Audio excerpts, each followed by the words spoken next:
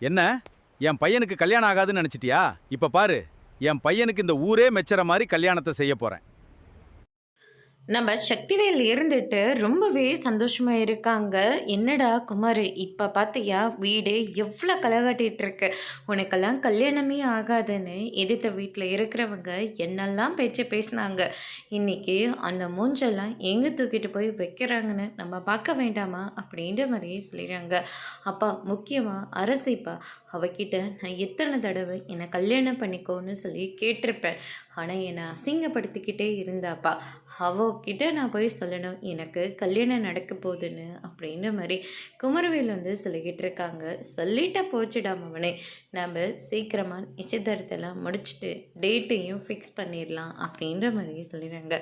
அந்த நிச்சயதார்த்தம் நடக்கிறதுக்கு முன்னாடியே நான் அவளை பார்த்து பேசணும்ப்பா அப்படின்னு சொல்லிட்டு நேராக பாண்டியனோட வீட்டுக்குள்ளேயே போகிறாங்க. அங்கே அரசி உட்காந்து படிச்சுக்கிட்டு இருக்காங்க. அரசியை பார்த்தோன்னே, "நல்லா படிப்பை தவிர வேறு என்ன உனக்கு தெரியும்?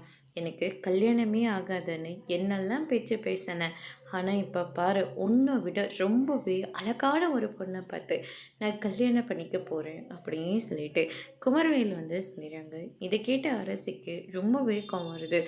"எனக்கு அந்த பொண்ணை நினச்சி தான் ரொம்ப கவலையாக இருக்குது. உன் கூடலாம் யார் வாழ்வாங்க?" அப்படின்ற மாதிரி சொல்லிக்கிட்டு இருக்காங்க. அதோட இன்னைக்கான பிரம்ம முடிச்சிருக்காங்க.